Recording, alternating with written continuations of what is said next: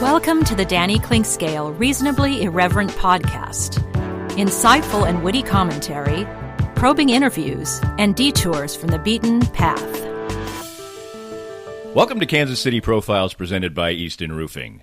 Tom Keegan has been an esteemed sports writer at some of the biggest spots in his profession for a long, long time.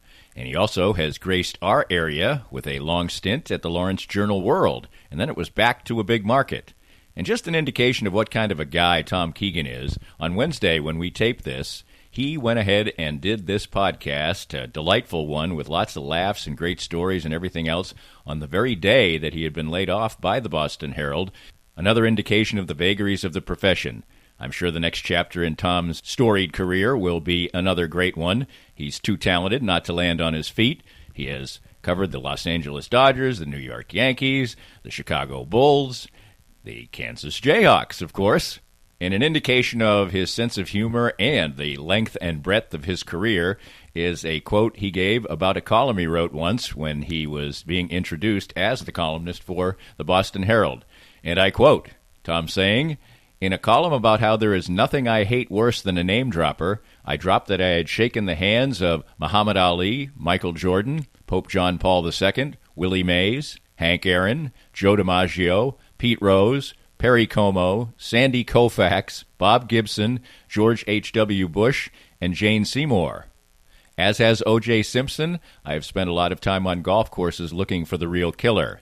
That's an indication of the kind of stuff that you're going to get from Tom Keegan just ahead here on Kansas City Profiles. Raised in Rochester, New York, and then on to Marquette University and beyond. We'll get the career, the life and times, and some great stories from Tom Keegan on Kansas City Profiles, presented by Easton Roofing.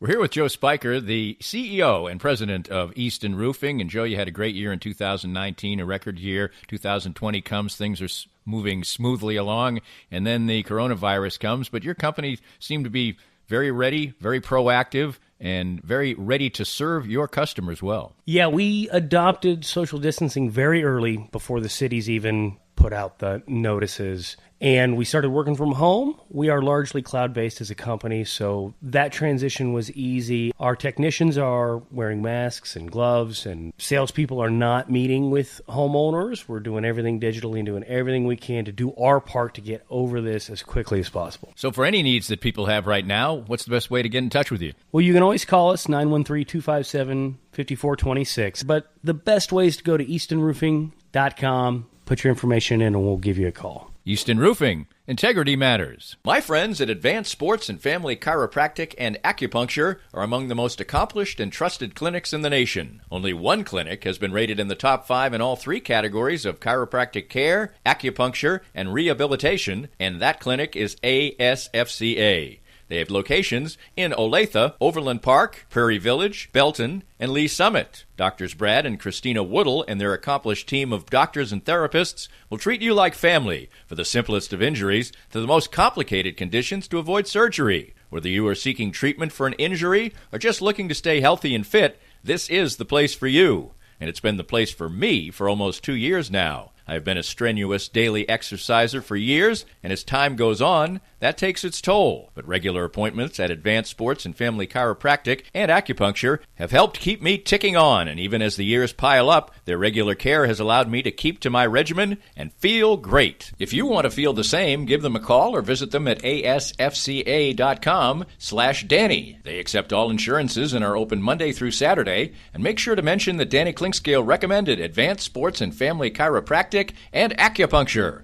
If you'd like to join these and other great sponsors and market your business to a growing and engaged audience, contact us at danny@dannyclinkscale.com. Look forward to hearing from you.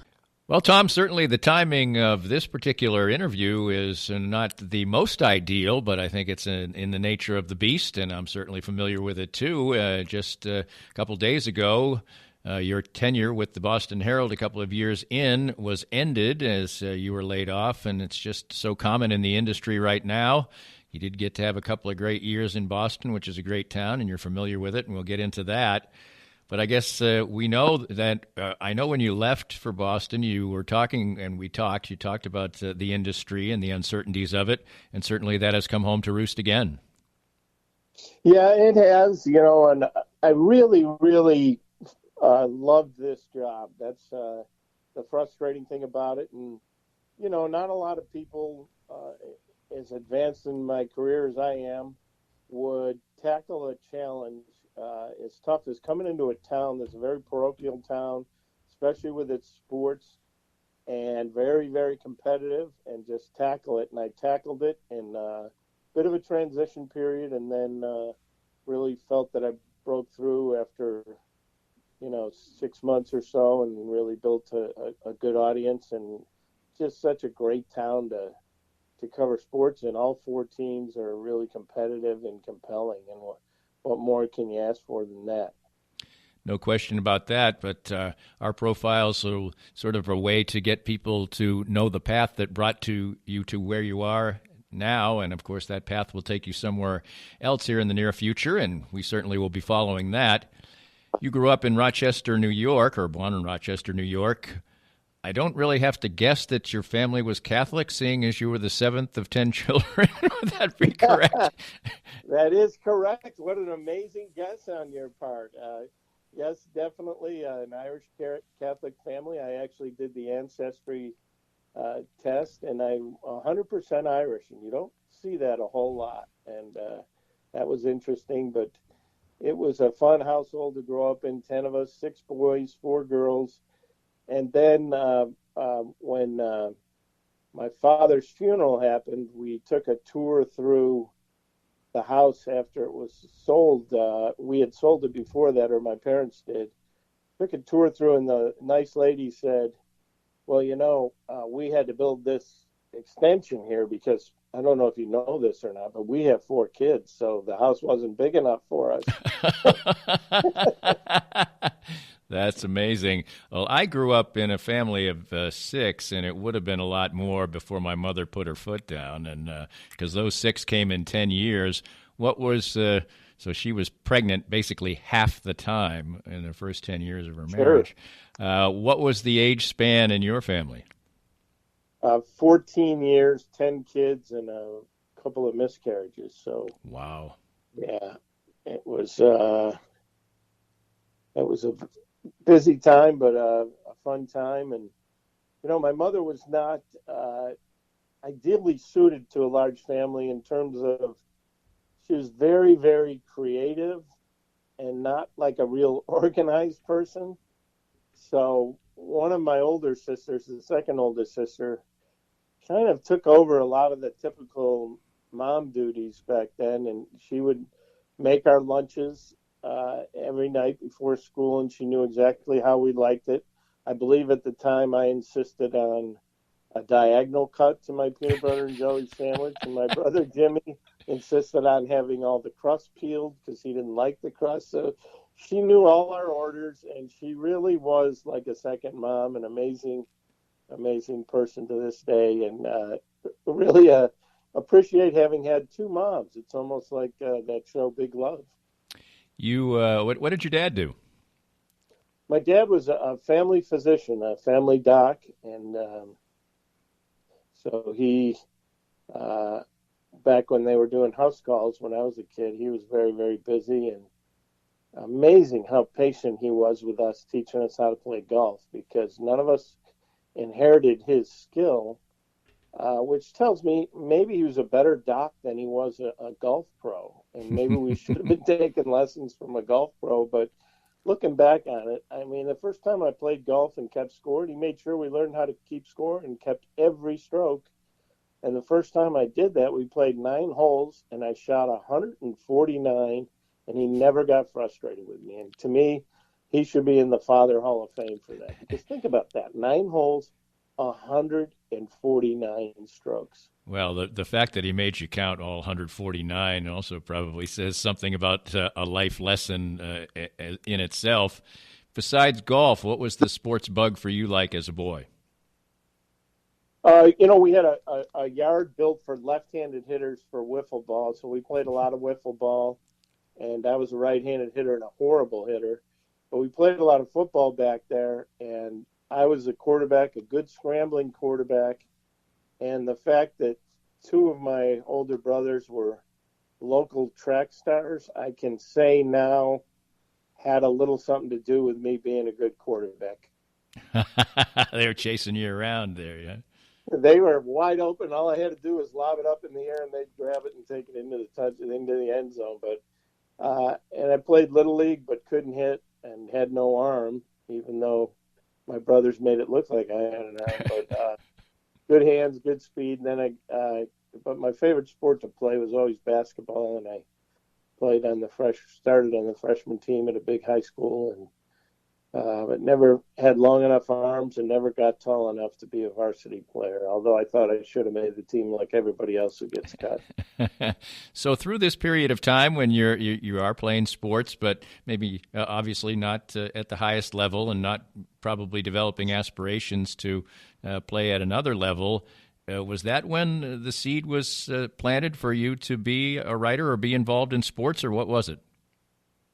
You know what? It was actually well before that. I had a little tracing board that had a lamp and then a plastic or glass thing where you could draw on it. And what I used to do, and I'm talking about 10 years old, I would do a front page of a sports section because we all read the two newspapers religiously, the sports sections, every box score, everything.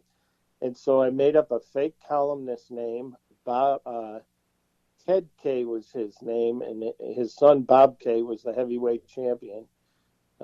So it must have been in my head early. I didn't think that way because at 10 you think that a sports writer is going to be writing about you, you know.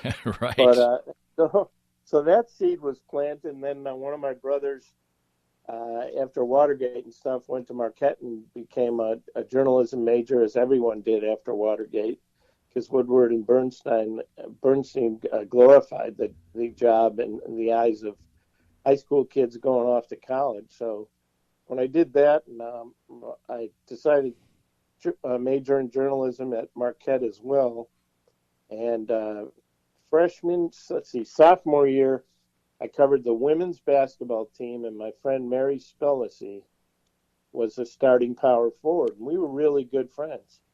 And so she's the first one I ever interviewed.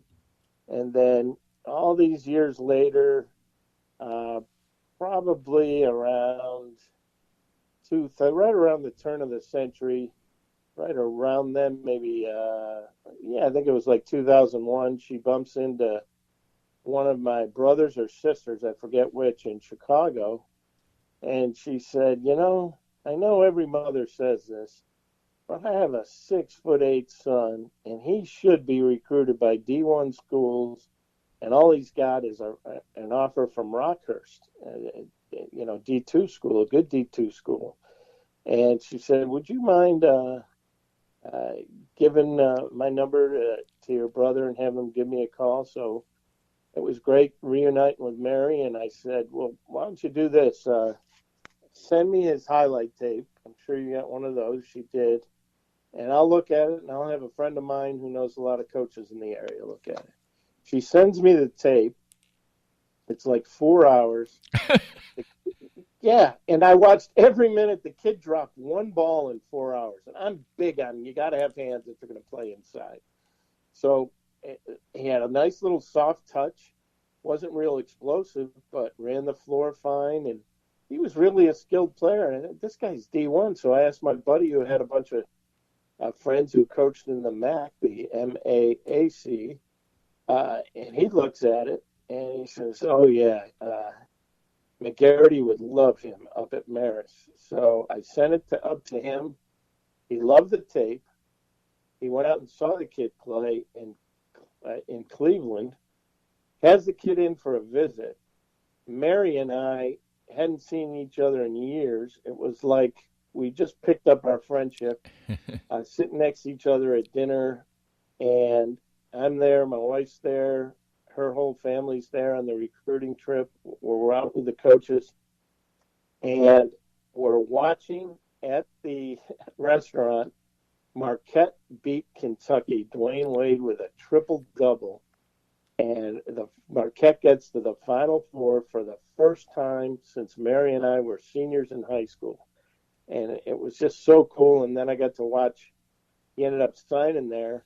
I got to watch him play for a year before moving, and he's probably fifth or sixth on the all-time Marist rebounding list. So she was right. He was a D1 player. Ryan Stilfen was his name.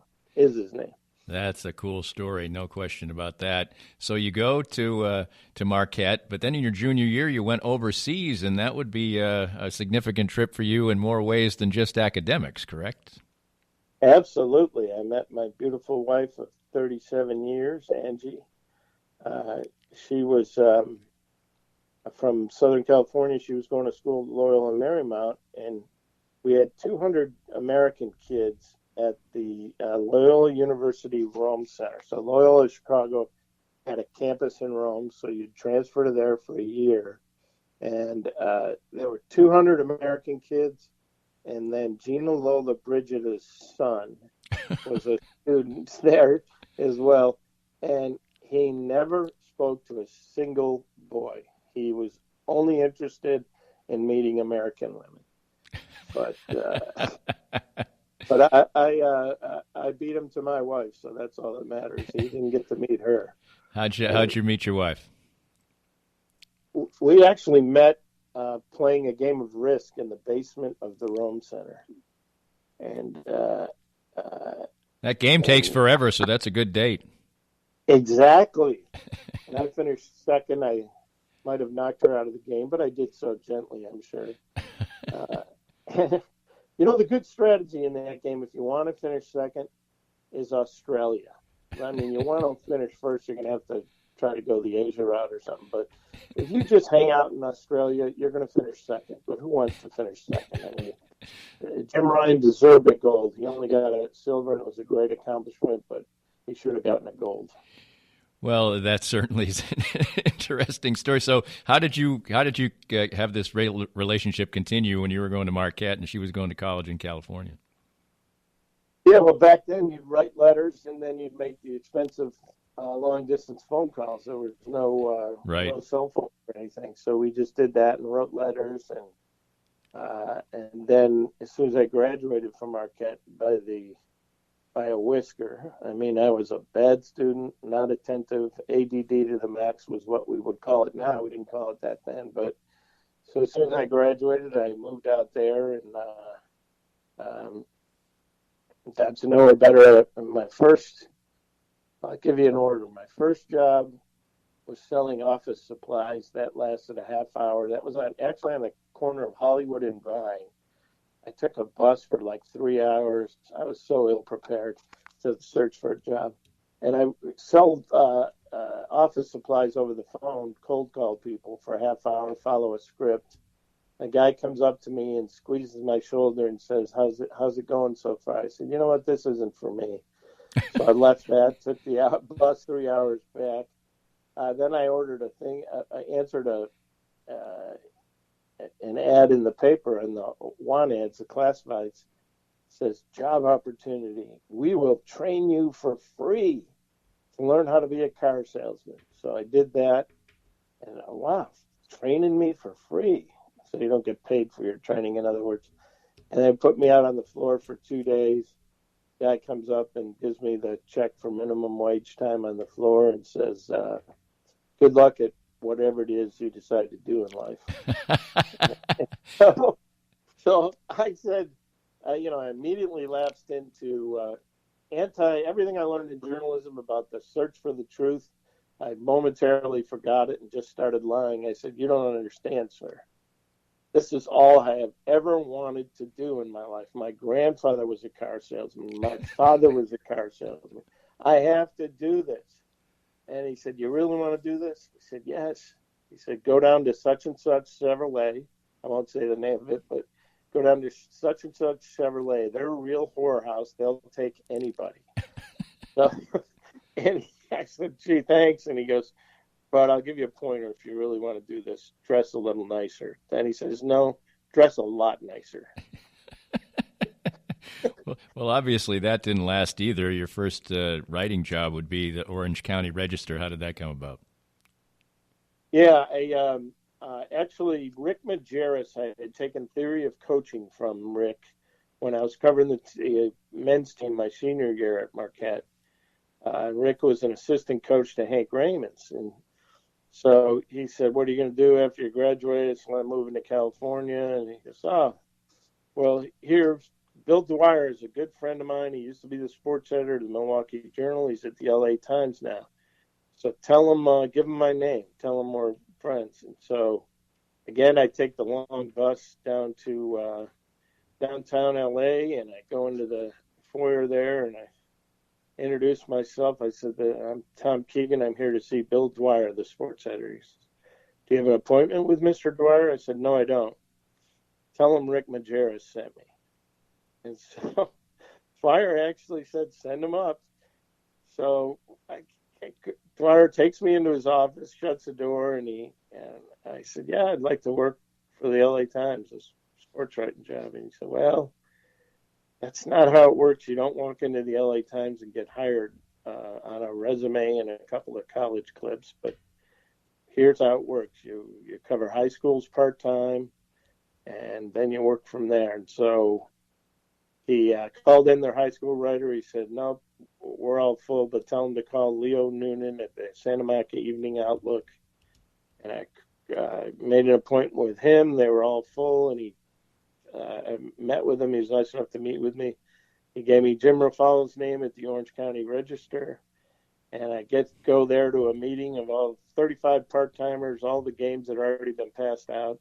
So they had me answering phones and doing food runs, and I got to be great at answering phones. I was the first one to pick up on the first ring. I mean, every time I'd pick up, you'd take the box scores and write a couple paragraphs, do rewrite, and then I did food runs. And they told me I was the first one ever in the history of food runs that skimmed neither French fries nor change. So they were really impressed with my honesty. And I just built that 2.5 years part-time and I did also worked laying out pages and doing photography for a Mexican-American paper while that was going on, and rewriting press releases. And I actually would walk from one place to the other late at night, and slept there a couple times just because of my schedule. And, making peanuts, but that's how you learn. It's a lightly paid education, but it was an education. That's where you really, really learn, is doing it. So that was some really valuable stuff doing there. And I'll tell you how I got full-time. This was a big key in me getting promoted to full-time at the Register. I was doing taking a bunch of calls one afternoon, and sometimes I'd get to go out and cover games, but that day I was on the phone shift and desk shift. And I'm answering all these calls, taking all these box scores, and Henry, a way more polished writer at the time, has his hands behind his head, and the phone rings once, twice. Henry still doesn't answer it. So I rush off the one box score and pick it up while Henry still got his hands behind his head. Pick it up, and it's a guy, I still remember. He said, "This is Dave Demarest, baseball coach at La Quinta High. And before I give you our box score, I just want to let you know I love the way you guys cover high school, and I got a big scoop for you.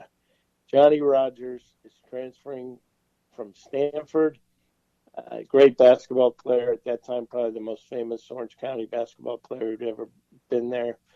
And he won't tell you this, or nobody will tell you, but he's going to UC Irvine. Here's the Irvine coach's number. He'll confirm it for you off the record probably." And so anyway, I reported out. It's my first front page story.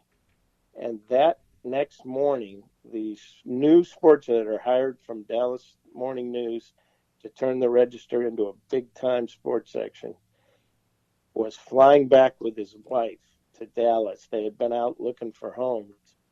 And he sees the story, likes it, and looks at his full-time roster and can't find my name anywhere. And it was driving him nuts. Who is this guy? So when he got back and took the job, he took an interest in me and,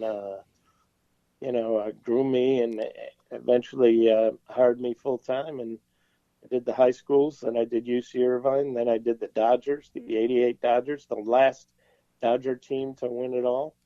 and parlayed that into a job at the National, which is kind of like the Athletic, newspaper form of the Athletic. A great place that lasted 17 months, and I did that out of Chicago. And so that was those are fun years to look back at. When did you get married? Did you get married early on when you were at the Register? Or? Yes. In fact, we got married on June 11th, 1983, and I didn't go full-time at the Register until January 1, 1984. And I bought a car, a Datsun, for $5,000, brand new, and we weren't married yet. And so he said, you don't have a full-time job, you're going to need someone to co-sign this for you, and it'll have to be a relative. And my wife was with me. He said, "Are you guys married?" And I said, "No, we're not." And he pulls the blue book, the Kelly Blue Book, out of his drawer and says, "Put your hand on this and say, do you solemnly swear to the truth of the..." He married us. He gave us quick marital vows and smiles and says, "You're married now." She co-signed for me, and that was my first car. There you go. After the National demise, I absolutely remember when that was done. You did stay in Chicago a little bit, didn't you? Because you covered the first three Bulls championships, right? Yes, I did. Yeah, it was first I worked at the National, and then after that folded, I went to the Daily Southtown, which was a paper on the south side of Chicago, and I wrote a column there. It was my first taste of writing columns, and that was the Bulls' first three championships. The White Sox were really good then with Frank Thomas, and that's a great town. I just wasn't making enough money. We had 4 children, and I just had to get to a place where I could get a bigger salary. So you moved to Baltimore in the Baltimore Sun. How did that come about? I had known Peter Schmuck. Yes, that's his real name. He just retired recently from the Sun. I'd known him. I covered baseball with Peter was covering the Angels when I was covering the Dodgers for the Register, and they had an opening. I forget who left. Maybe Kenny Rosenthal got promoted to columnist. Maybe that's where the opening came from. Or no, Peter had been doing the beat, and then he became the national baseball guy. So I did that, but then I was there 8 or 9 months and got recruited by the New York Post because Lyle Spencer had recommended me. He used to work at the Post years ago, and he recommended me to the sports editor, and the sports editor called me, and that's when I got hired as a baseball columnist for the New York Post. More of Danny's Reasonably Irreverent podcast after this. We're visiting with Larry Marshall, former Chiefs defensive back and punt returner, and now a Chiefs ambassador. Larry is a former pro football player with the aches and pains that come with that, and moving on in age as we all are. What do the Canaway CBD products do for you? It's been a great relief for me. Being a punt and kickoff returner, collisions were a mainstay of my career, and these Canaway products, the salve especially, has really helped me try to get through every day with the aches and pains that I've had over a career of 7+ years in the NFL. I get similar benefits as well, particularly with my back. Certainly wasn't a football player. What's the best way for our listeners to get more information about the great products themselves? Well, I'm so enthused about it, Dana. They just contacted me at larrymarshall.canaway.com, and I can give them all the information they need to help them get through the day as well. Start gaining all the benefits that Larry and I do from the trusted and reliable line of Canaway products. As Larry said, visit larrymarshall.canaway.com and get information on all the great products from Canaway. Cinematic Visions has been an affordable solution for professional media production in Kansas City since 2003, offering award-winning video production and creation, as well as a wide array of digital and social media management services. From planning, scripting, filming, editing, and post-production, to delivering your product to a watching world, Cinematic Visions will provide professional and affordable services for you and your business with the necessary return on investment to make it all worthwhile. Cinematic Vision's goal is to unlock the power of storytelling through video and a strong online presence for your company. Beyond the numbers, they want to inspire and evoke your clients to feel and act. Let my friends at Cinematic Visions embed your brand where it belongs, in your customers' minds. You can find them online at cinematicvisions.com or with a quick phone call at 816-600-6300. I'm here with Tim Emerson, the owner of Emerson & Company. And Tim, give us an idea of the range of services that you provide from Emerson & Company. At Emerson & Company, we do credit card processing, payroll services. We do bookkeeping, merchant accounts like point-of-sale systems. What would you say differentiates you from other companies in the field, and what makes you special? I think what makes us unique is that we're a small local business making regional decisions on companies. We create a profile for the business and then put it out to our different vendors in a very competitive environment and tailor those needs to the specific business, which usually ends up in a great fit or great result for the company. And, of course, the idea is to save money, right? Save money, and actually sometimes I'm surprised where actually a solution that may cost a little bit more ultimately does save money, but we're not conditioned to think like that sometimes. Emerson & Company. Check them out at emerson-co.com or call them at 816-360-9092. If you'd like to join these and other great sponsors and market your business to a growing and engaged audience, contact us at danny@dannyclinkscale.com. Look forward to hearing from you. Tom Keegan is our guest, and Tom obviously has had a long and storied career in the sports writing venue, and we'll be looking forward to his next step after we got the unfortunate ability to break the news that his time at the Boston Herald is concluding. And so you worked in all big cities and did, so that means, as you said, you needed to, find a place where you were making a reasonable amount of money just by nature. And eventually, of course, your path would lead to Lawrence, Kansas. But by nature, did you enjoy big city living? Yes, I did. The hassle is commuting, and that was tough in LA, although where we lived, it was the opposite side of traffic, so it wasn't as bad as it could have been. And I think of all the big cities I've lived in, the one I've enjoyed the most has been Chicago, I would say. In Milwaukee, I went to school in Milwaukee, but you always enjoy where you're going to school. Right.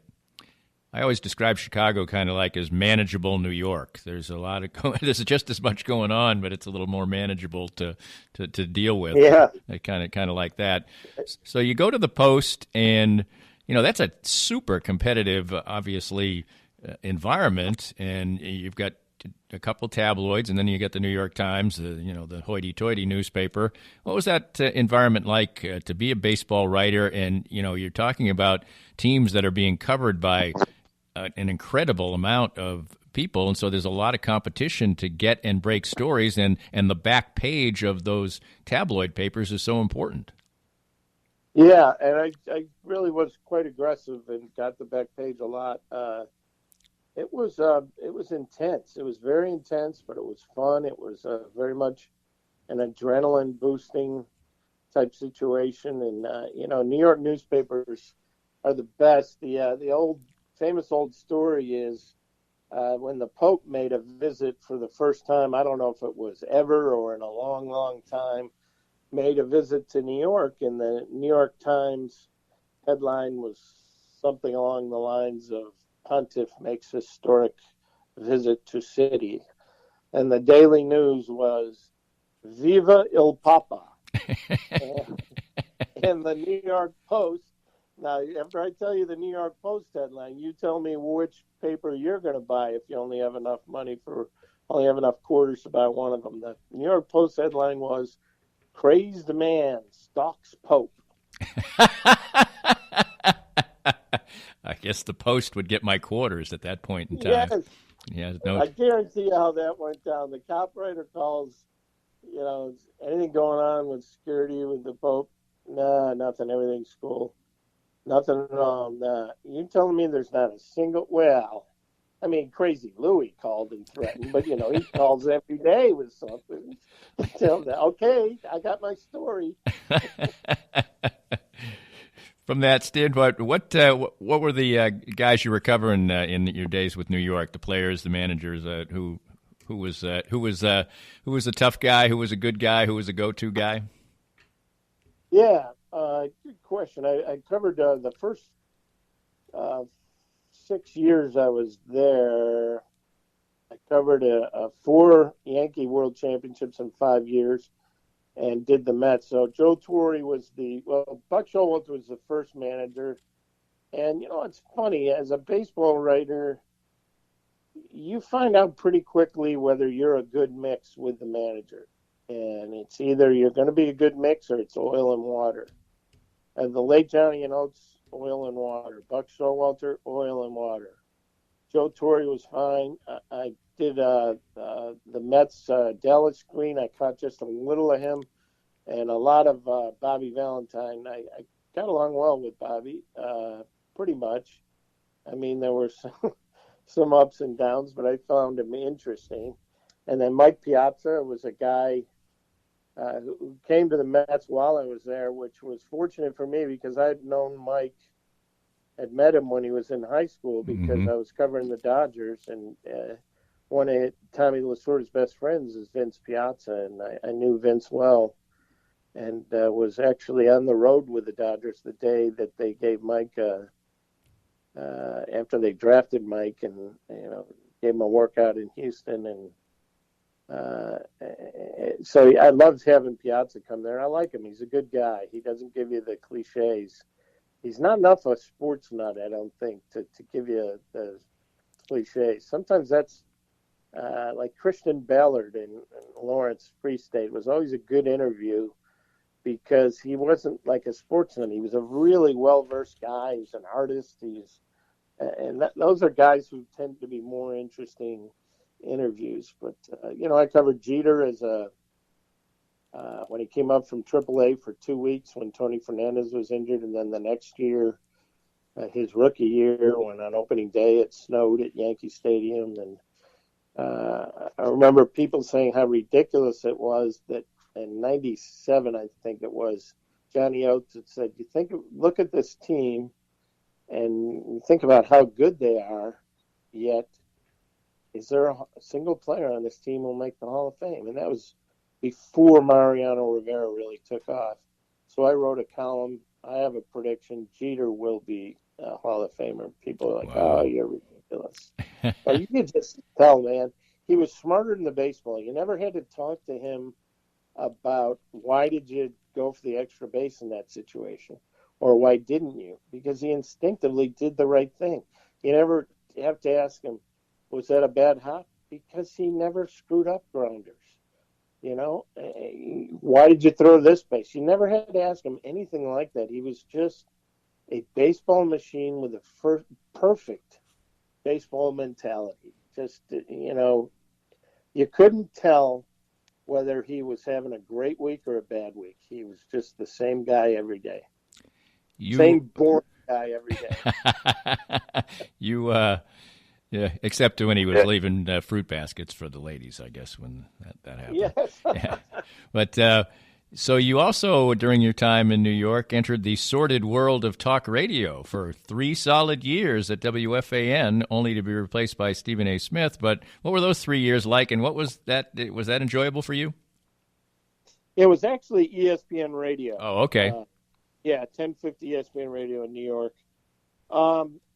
It was, I find it a lot easier to be a guest. But no, I think if I did it again, I'd do it a lot better. I was just too nervous that, about ratings and stuff and thinking you're going to get fired the next day. So it was somewhat interesting. We did some interesting things. But I think writing is probably more my natural thing.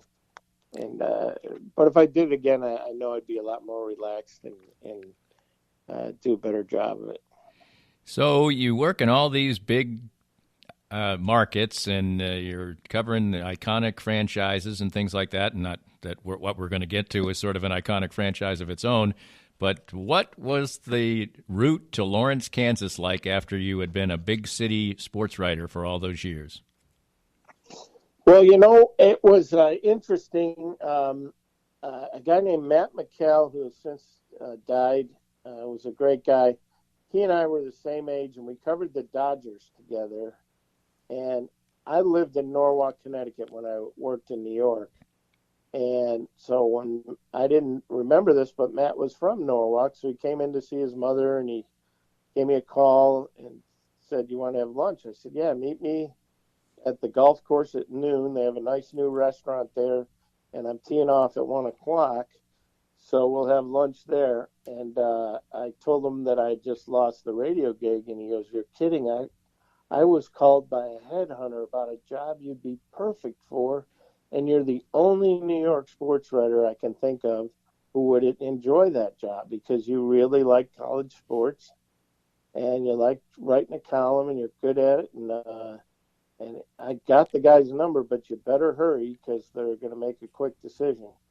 I didn't hurry enough to cancel my golf round, but I did get my stuff together that night and called the next day. And then the day after that, they brought me in for an interview. So, and that was, it was the same sort of intensity job-wise because, face it, I mean, where do you get a more intense concentration of fans for one team than for KU basketball? I mean, maybe Lexington, Kentucky's the same, certainly Alabama football. But in New York, you had a few fans who liked them both, but usually it's Mets or Yankees. So the job itself wasn't that different, believe it or not. And the ownership at the time paid really well, the Simons family, and they were very provided great resources to the sports section. So we had a big time sports section, and it was a lot of fun doing that job. Could you, sort of contrast and compare what, family life was like for you along the way in these big spots, and then maybe where your family situation was at when you came to Lawrence? Yeah, we have 4 children. So in Chicago, my wife did some daycare out of the house, but we decided we wanted her in the house raising our kids. And so,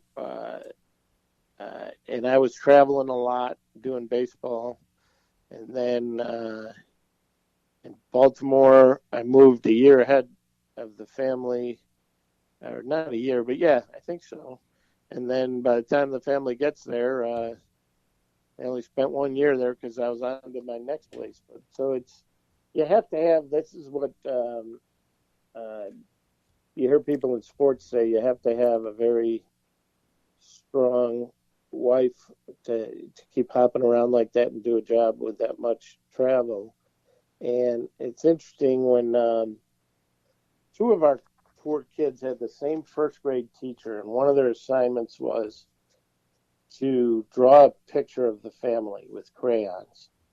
And they both of them, independent of each other, 2 or 3 years apart, more than that, maybe 4 years apart, maybe.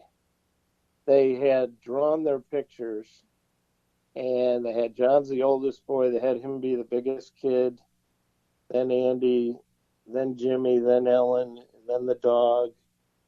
And they had me about John's height, or maybe an inch taller, and they both had their mother gigantic, and she's not a large woman at all. So that really was kind of revealing about how they viewed the household hierarchy. No and question. They've all turned out great, so she did a great job. Yeah, that's really cool.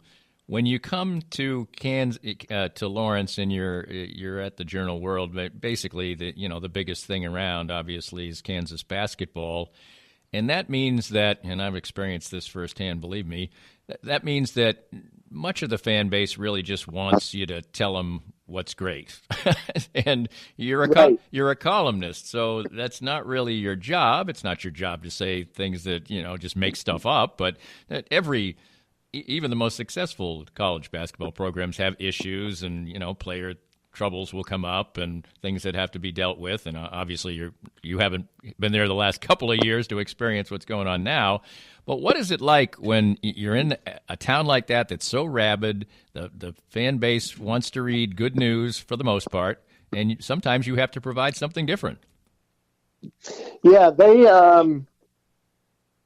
you find out who your true friends are, because some of them realize you have a job to do, and although they may not agree with you, they respect that you have the strength to tell what the truth as you see it. And others you thought were friends, and you come to find out they weren't. They abandon you because you're not spouting the company line, and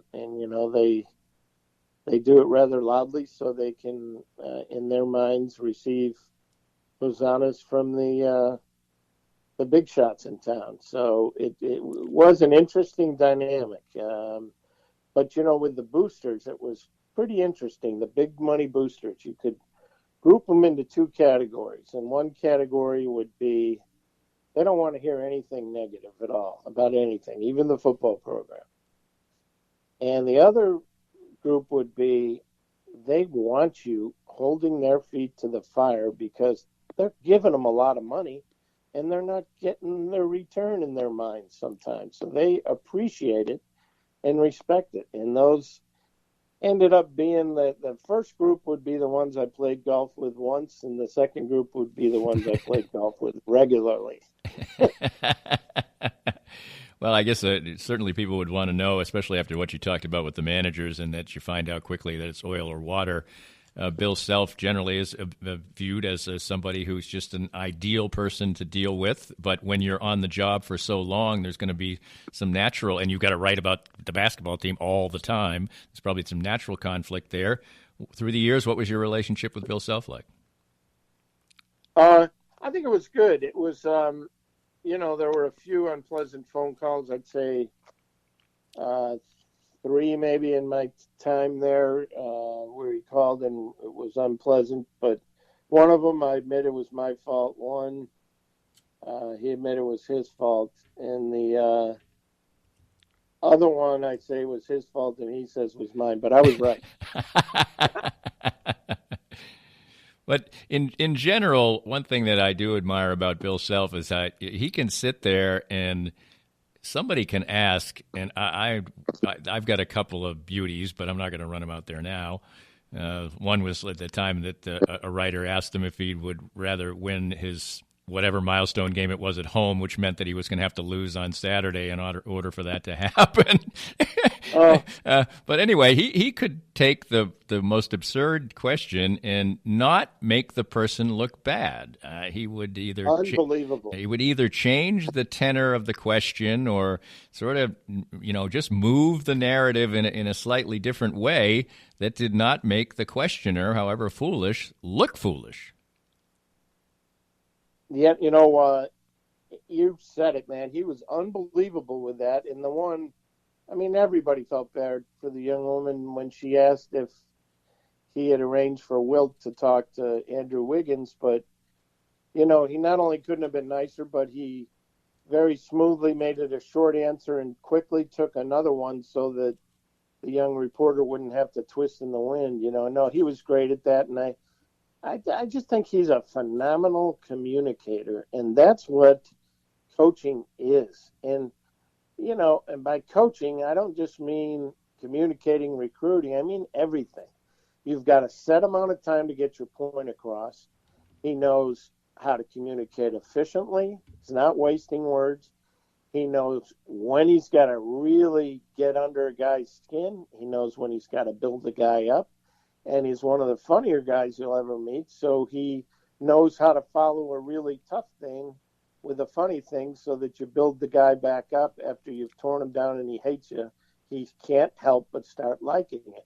Who can't like Bill Self? And that's a great weapon that he has going for him. Right. It's almost like the guy could steal your wallet, take all the money out of it, and then say something so funny. He's like, well, yeah, it was worth it. No doubt I've been around him when he remembered somebody's name who hadn't seen in 18 years or played basketball against or whatever. Remarkable in that regard. There were some really memorable times, obviously, with the basketball program. But when you're a columnist and the team is excellent each and every year, and the expectations are at their highest, was there a certain struggle with the sameness of what Kansas basketball was in such a good way? Well, if you view basketball in a what's the word, a tunnel, or what's the word I'm looking for, by itself, and you view Kansas football by itself, yes. But since I wrote about both, Right. no, those are the opposite extremes.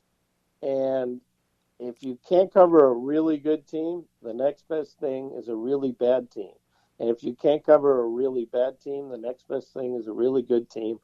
And I had my choice every single day. That's a good way to put it. There's no question about that. But after a length of time, it would have seemed like after all those big city assignments for you, and then you come to the college town, and it's a nice place to live, and all those things that some people might expect that you just kind of ride it out there, but you didn't. You took on another challenge and went to another big city. What was the decision-making process or the place in your life where you were to make that move? Well, the paper changed hands, and 2.5 years after it changed hands, the big chain that bought it cut my pay 33%. And 2 weeks after I was told that, I gave my 2-week a notice saying that I was going to the Boston Herald. So I guess you could say my temper drove me to Boston. But, and our kids were all grown up and out of the house, so that made it smoother. And, that it's just tough, the newspaper industry, and pay cuts are the norm, or layoffs. And like everybody else in the business, I've experienced them both now, because that was a pay cut and this is a layoff. You,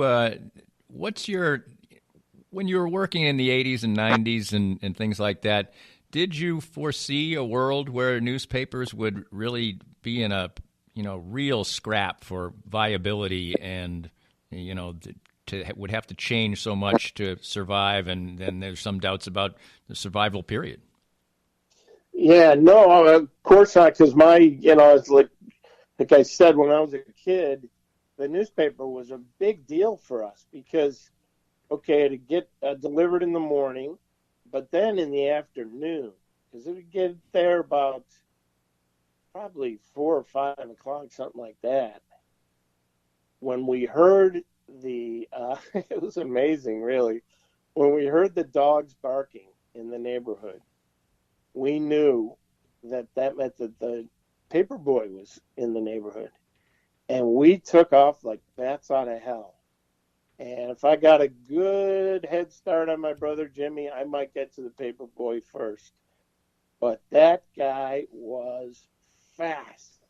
And there were a lot of times where he just streaked past me at the last second to get to the paper boy, because we were that crazy about reading the sports section.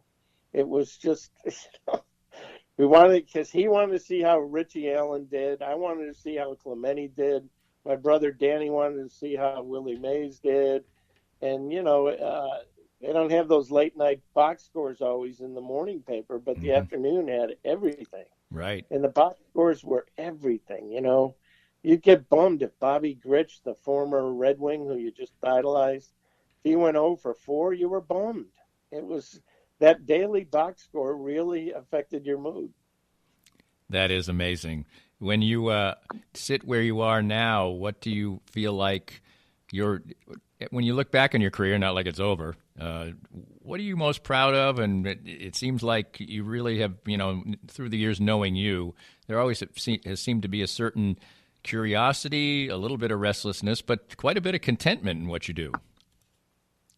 Yeah, I'm a little restless by nature, but I think the one thing I'm most proud of is the book I wrote on Eldon Auker, who was a submarine-style pitcher in the 1930s and a little bit into the 40s. He was all Big Six in football, basketball, and baseball at Kansas State, and I had written the book before I stepped foot in the state of Kansas ever. So Tommy Lasorda had contacted me and said, "You're writing way too much about Bobby Bonilla. Nobody cares about Bobby Bonilla. Write about," because he would pick up the Post every day in L.A. at a newsstand and he would read to make sure that Bobby Valentine was being treated fairly. And he let me know a couple times that in his opinion, he was not being treated fairly by me. But so he told me about the Eldon Ocker, and I lost the number. And then a friend of Tommy's calls me back and says, yeah, Tommy says to call this guy. So I called him, and after an hour, I knew that I was about to sit down and write the best column I'd ever written, because he was an amazing interview, just amazing. So after a while, I write the column, and after a while, someone, I don't know how much, 6 months later, maybe, who knows, someone from Esther Newberg's literary agency called and said, you know, when you're writing something that I can tell you're really into, you're a really good writer, I think you should think about writing a book. It was kind of a left-handed compliment, but I got what he was saying. You can't be really into everything you write. Plus, you got deadlines. So I called him up, and he said, well, you know, I've been approached about that. I'm not really interested but I did like that column you wrote on me. Tell you what, why don't you come down? You can stay right here at the house with Mildred and me. Come down for a few days, and you can interview me, and we'll see if we have enough. And boy, he was amazing. Just an amazing interview, a genetic, mental and physical marvel. Just a brilliant, brilliant man. He was like 89 when I wrote the book, and I said to him, it's like my second day there, I said, Eldon, you know, here I was in my 30s, I guess. And I said, Eldon, do you take naps? And he goes, I don't, but you look a little tired if you'd like to take one. And I did.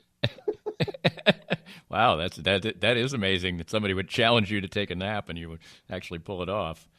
Well, now that you sit where you are in your career and you've got another decision to make, what would be an ideal next chapter for Tom Keegan?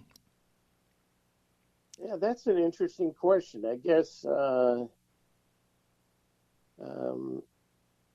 maybe a town where I could, you know, Kansas was all college, and this was all pro.